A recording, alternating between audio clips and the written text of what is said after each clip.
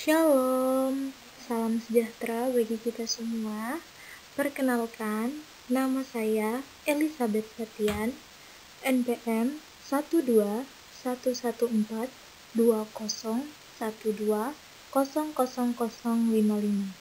Saya dari kelas A, Fakultas Kesehatan, Program Studi Keperawatan, Universitas Kristen Indonesia Maluku. Di sini saya akan membahas tugas saya, mata kuliah Keperawatan Medikal Bedah 1, dosen pengampu yang terhormat, Ibu Grace J. Wakano MCAT.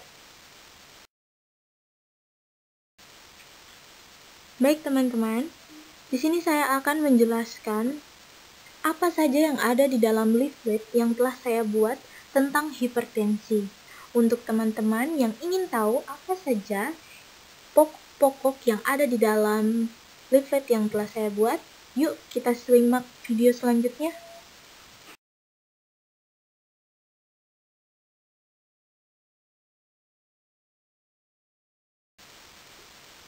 Nah, di dalam leaflet yang saya buat, yang pertama ada pengertian tentang hipertensi, yang kedua ada tanda dan gejala hipertensi, yang ketiga faktor risiko hipertensi, dan yang keempat pencegahan dan pengendalian hipertensi.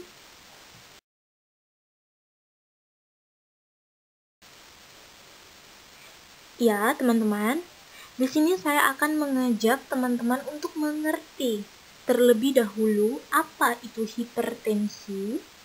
Nah, bagi teman-teman yang belum mengerti dan memahami apa itu hipertensi, yuk kita simak pengertian yang saya sampaikan berikut ini. Nah, kita masuk ke dalam poin yang pertama tadi, yaitu pengertian hipertensi. Hipertensi adalah suatu keadaan di mana terjadinya peningkatan tekanan darah secara abnormal dan terus-menerus pada beberapa kali pemeriksaan tekanan darah. Nah, yang juga disebabkan oleh beberapa faktor risiko. Hipertensi dapat didefinisikan sebagai tekanan darah persistensi, di mana tekanan darah sistoliknya di atas 140 mmHg dan tekanan distoliknya di atas 90 mmHg menurut Smeltzer DKK 2010.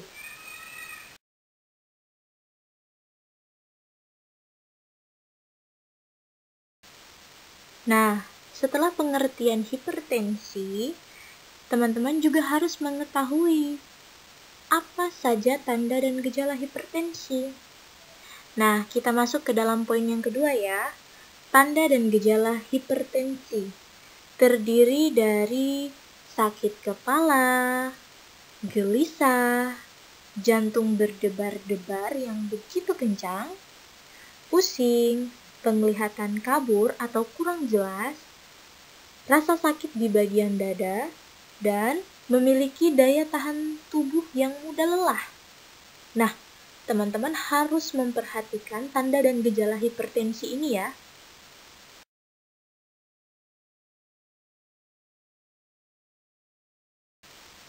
Nah, kita lanjut ke poin yang ketiga, yaitu tentang faktor risiko hipertensi. Selain tentang pengertian tanda gejala hipertensi, teman-teman juga harus mengetahui tentang faktor risiko hipertensi. Faktor risiko hipertensi terdiri dari keturunan, gaya hidup yang tidak sehat, kebiasaan mengonsumsi makanan yang asin dan berlemak, merokok, efek samping dari obat-obatan yang dikonsumsi, dan yang terakhir, memiliki riwayat penyakit tertentu sebelumnya.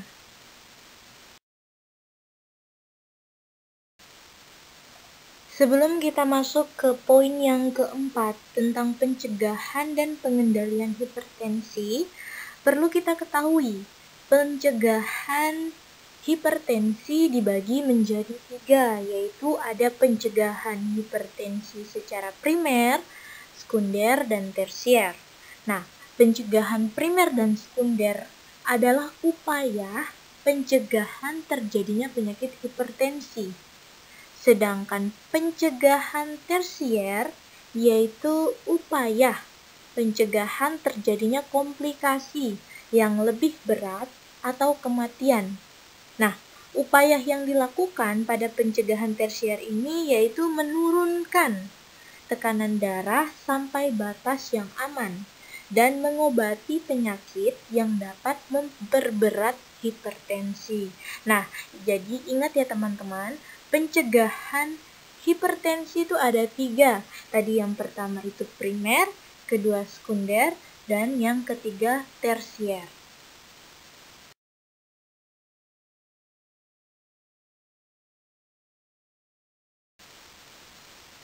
Nah, teman-teman, kita masuk ke dalam poin yang ketiga, poin yang terakhir, yaitu pencegahan dan pengendalian hipertensi. Nah, tadi kan saya sudah menjelaskan, ada 3 pencegahan hipertensi, yaitu primer, sekunder, dan tersier. Nah, dari ketiga pencegahan tersebut, saya menjadikan satu pencegahan dan pengendalian hipertensi. Jadi, pencegahan dan pengendalian hipertensi yang akan saya sebutkan ini sudah termasuk 3 pencegahan hipertensi primer, sekunder, dan tersier. Nah, pencegahan dan pengendalian hipertensi yang pertama yaitu 1. Raih dan pertahankan berat badan ideal. Jadi, kita harus mempertahankan berat badan ideal kita agar tekanan darah kita normal.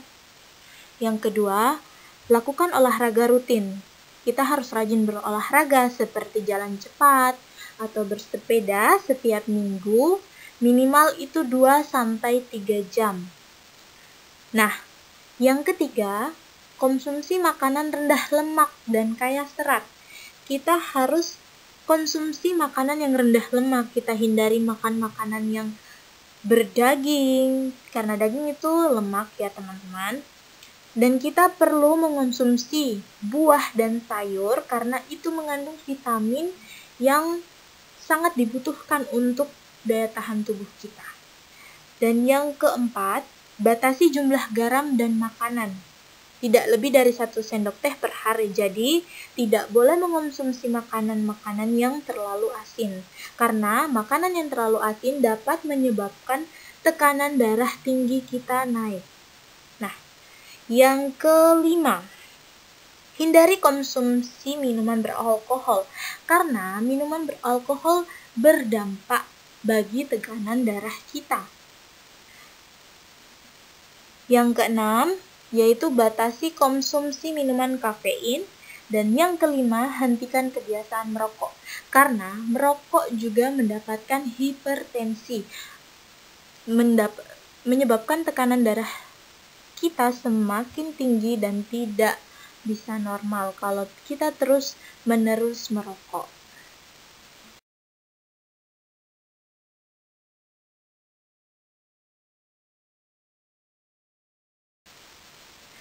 Baik teman-teman, saya sudah menjelaskan pembahasan leaflet hipertensi saya. Dan terima kasih untuk kerjasamanya. Mari kita cegah dan obati hipertensi karena darah normal, hidup tenang dan sehat. Terima kasih ya teman-teman atas waktu yang teman-teman luangkan untuk mendengarkan dan memahami video penjelasan singkat saya.